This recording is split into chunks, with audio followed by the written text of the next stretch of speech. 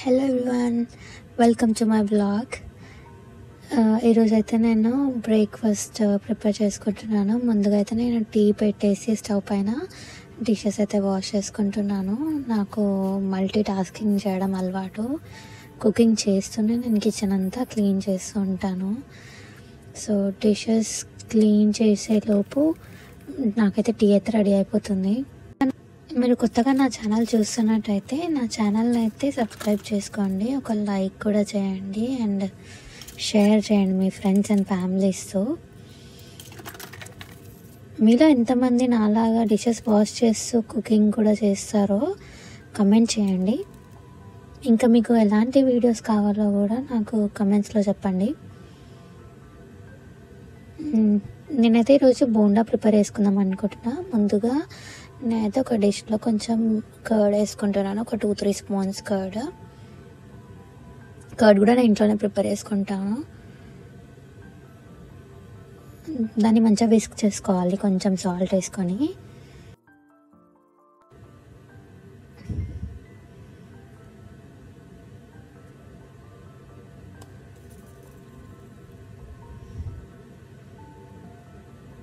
ఆ తర్వాత మనమైతే కొంచెం బేకింగ్ సోడా యాడ్ చేసుకోవాలి. నేనైతే 1/2 టీ స్పూన్ అలా వేసుకున్నాను.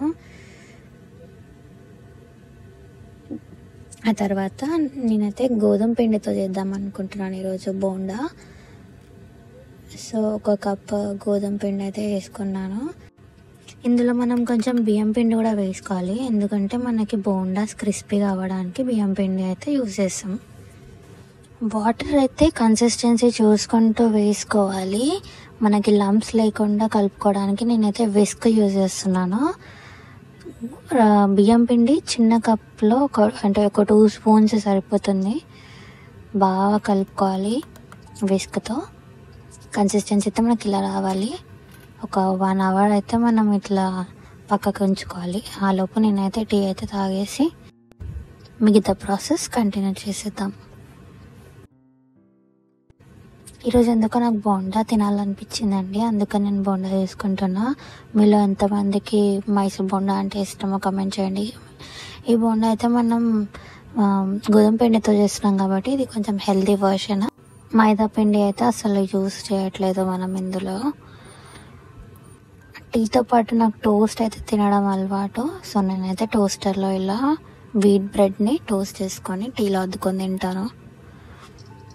సో పల్లీ చట్నీ కోసం పల్లీలు అయితే మనం ఫ్రై చేసుకోవాలి.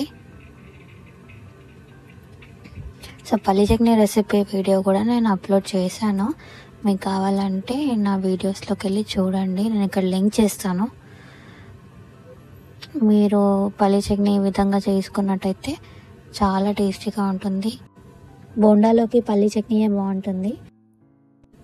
నేనైతే నానబెట్టుకున్న పిండిలో అయితే కొంచెం జీలకర్ర, మనం ముందుగా నానబెట్టుకున్న పిండిలో అయితే కొంచెం జీలకర్ర, సన్నగా తరిగిన ఆనియన్స్ అండ్ పచ్చిమిర్చి కూడా వేసుకోవాలి. వేసుకొని మంచిగా మిక్స్ చేసుకోవాలి.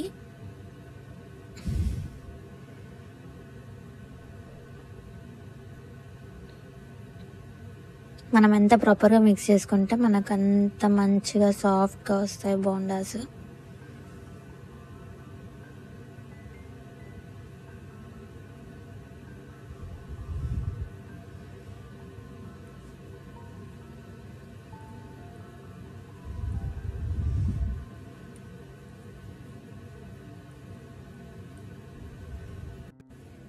పల్లీ చట్నీ కోసం అయితే నేను సపరేట్ వీడియో చేశాను, మీరు అక్కడ చూడండి.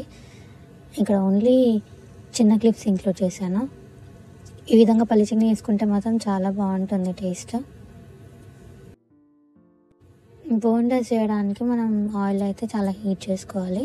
ఆ తర్వాత మనం షేప్స్ ఎలా వేసుకున్నా సరే మన కన్సిస్టెన్సీ కరెక్ట్గా ఉంటే మాత్రం రౌండ్గానే వస్తాయి మనకి బోండాస్. సో ఇవి బాగా కాలనివ్వాలి. ఫస్ట్ హై ఫ్లేమ్లో పెట్టుకున్న తర్వాత అవి కాలేటప్పుడు మనం మీడియం ఫ్లేమ్లోకి పెట్టుకోవాలి, ఎందుకంటే లోపల మనకు ఉడకదు. ఇలా మీడియంలో పెట్టుకుంటే మాత్రం మనకి బోండా అయితే మంచిగా ఉడికిపోతుంది లోపల. అంతే అండి, చాలా సింపుల్ రెసిపీ. మనకి మైసూర్ బోండా ఇలా చేసుకుంటే మనం బయట తిన్న బోండా లాగానే ఉంటుంది, కాకపోతే ఇది చాలా హెల్దీ వర్షన్. ఎందుకంటే మనం ఇందులో మైదా పిండి అయితే అసలు యూజ్ చేయట్లేదు, ఓన్లీ గోధుమ పిండితో మాత్రమే మనం ఇలా బోండా అయితే చేసుకుంటున్నాము.